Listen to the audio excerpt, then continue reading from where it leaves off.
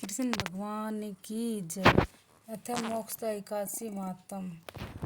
श्री युधिष्ठिर बोले कि हे भगवान, अब आपको सुख देने वाली और जगत के पति हैं, इसलिए मैं आपको नमस्कार करता हूँ। कृपा करके मेरे एक संशय को दूर कीजिए। मार्गशीर्ष माह के शुक्ल पक्ष की एकादशी का क्या नाम है? उस दिन कौन से देवता की पूजा की जाती है और उसकी विधि क्या है? भगवान, मेरे इन प्रश्नों का उत्तर देकर मेरे संदेह को दूर कीजिए। भगवान श्री कृष्ण जी बोले कि हे राजन, आपने अत्यंत उत्तम प्रश्न किया है। अब आप ध्यान पूर्वक सुनिए। मार्गशीर्ष माह के शुक्ल पक्ष की एकादशी मोक्षदा के नाम से प्रसिद्ध है। इस दिन श्री दामोदर भगवान की पूजा धूप दीप नैवेद्य आदि से भक्ति पूर्वक करनी चाहिए। अब मैं पुराणों की कथा कहता हूँ। इस एकादशी के व्रत के प्रभाव से नरक में गए हुए माता पिता पुत्र आदि को स्वर्ग की प्राप्ति होती है। आप ध्यान पूर्वक सुनिए। प्राचीन गोकुल नगर में बेसामक नाम का एक राजा राज्य करता था। उसके राज्य में चारों वेदों के ज्ञाता ब्राह्मण रहते थे। रात्रि को एक दिन स्वप्न में राजा ने अपने पिता को नरक में पड़े देखा। उसको स्वप्न का बड़ा आश्चर्य हुआ। प्रातःकाल होते ही वह ब्राह्मणों के सामने अपनी सब स्वप्न कथा कहने लगा। हे ब्राह्मणों, रात्रि को स्वप्न में मैंने अपने पिता को नरक में पड़ा देखा है। उन्होंने मुझसे कहा कि हे पुत्र, अब मैं नरक भोग रहा हूँ, मेरी यहाँ से मुक्ति कराओ। अब मैं क्या करूँ, कहाँ जाऊँ? उस दुख के कारण मेरा शरीर तप रहा है। आप लोग मुझे किसी प्रकार के तप दान आदि को बतावें जिससे पिताजी को मुक्ति प्राप्त हो। उस उत्तम पुत्र का क्या जीना व्यर्थ है जो अपने पिता का उद्धार न कर सके। राजा के ऐसे वचनों को सुन ब्राह्मण बोले कि हे राजन, यहाँ से करीब ही वर्तमान भूत भविष्य का ज्ञाता पर्वत नाम के एक ऋषि का आश्रम है। आप यह सब बातें उनसे जाकर पूछिए, वे आपको इसकी विधि बतला देंगे। राजा ऐसा सुनकर मुनि के आश्रम पर गए। उस समय चारों वेदों के ज्ञाता पर्वत मुनि दूसरे ब्राह्मण के समान बैठे थे। राजा ने जाकर उनको साष्टांग प्रणाम किया। पर्वत मुनि ने उनसे कुशल क्षेम पूछी।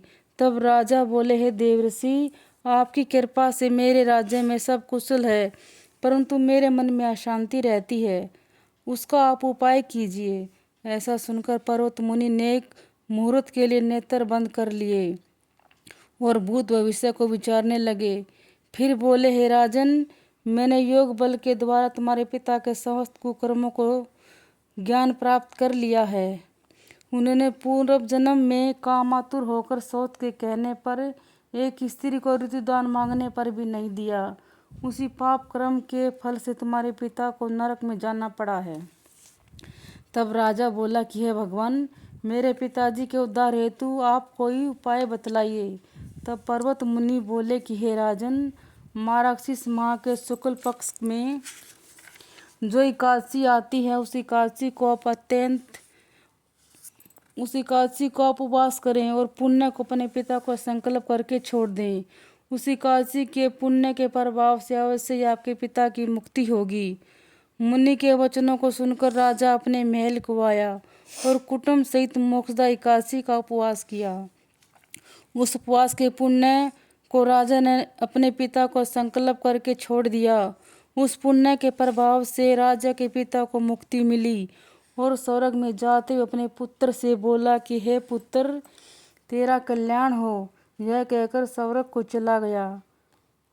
मार्गशीर्ष माह के शुक्ल पक्ष की मोक्षा एकादशी को जो व्रत करते हैं, उनके समस्त पाप नष्ट हो जाते हैं और अंत में स्वर्गलोक को जाते हैं। इस व्रत से बढ़कर मोक्ष देने वाला कोई दूसरा व्रत भी नहीं है। इस कथा को सुनने व पढ़ने से वाजपेयी यज्ञ का फल मिलता है और इस कथा को सुनने से चाहे कोई व्रत करे या ना करे, तभी दामोदर भगवान का आशीर्वाद हमें प्राप्त होता है। बोलो श्री कृष्ण भगवान की जय। श्री कृष्ण गोविंद हरे मुरारी, हे नाथ नारायण वासुदेवा, हरे रामा राम राम हरे हरे, हरे कृष्णा कृष्णा कृष्णा हरे हरे। ओम नमो भगवते वासुदेवाय, ओम नमो भगवते वासुदेवाय, ओम नमो भगवते वासुदेवाय।